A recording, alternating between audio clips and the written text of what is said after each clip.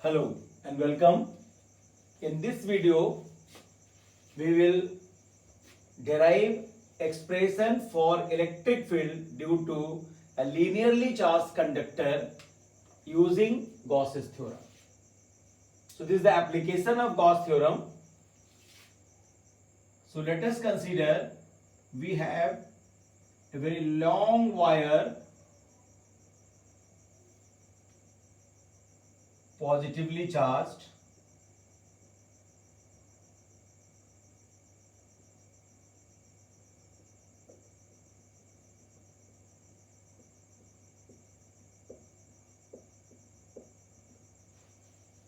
and lambda is linear charge density.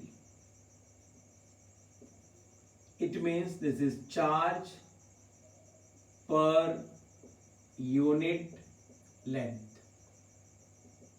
So charge per unit length of this long conductor is lambda and its unit is coulomb per meter. So linear charge density is lambda. So the charge per unit length on this conductor is lambda. We have to find out electric field at a point P, which is at a distance r from this conductor. So for the application of Gauss's theorem, we have to imagine a Gaussian surface which either encloses the whole charge or a portion of it. So imagine a Gaussian surface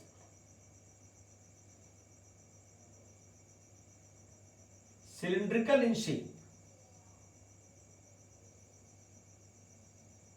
which encloses L length of the wire as shown in the figure.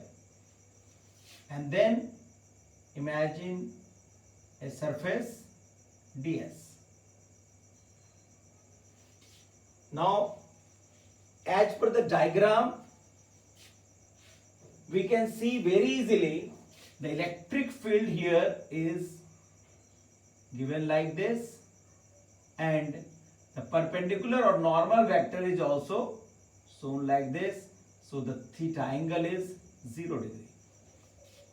So if we take this point P on the surface of this cylinder, everywhere we will see that normal vector and electric field both are parallel and the angle between the two is always 0 degree. So far as the lines of forces are concerned, the lines of force always starts normal to the surface. So there is no question of any electric field in this direction. So theta and electric field is 90 degree here. And same is the case. Theta is 90 degree. So there is no electric lines of force coming out from the two sides of the cylinder.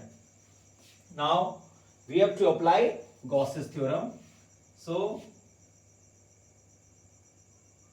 for this particular situation ds, we can write Gauss's theorem E ds cos theta is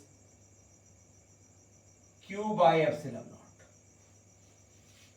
And here q enclosed by this Gaussian surface is q is equal to lambda into L. Because L is the length of the wire which is enclosed by this and lambda is charge per unit length. So the total charge of this length L is lambda into L. So we can apply Gauss's theorem. Applying Gauss's theorem, we can write E ds cos theta is Q by epsilon naught means lambda L upon epsilon naught, or we can write this E and ds cos 0 degree is equal to lambda L upon epsilon naught. The value of cos 0 is 1. So this is E. Sum of all ds is lambda into L upon epsilon naught. Now think, we can imagine this ds at the surface of this cylinder, that is the total curved surface area is the value of this integration of ds over this closed surface. So curved surface area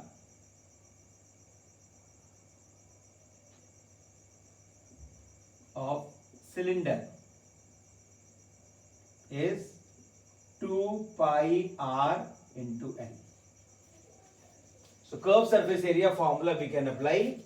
So this E into 2 pi r into L is lambda L upon epsilon naught. So this L cancel this L.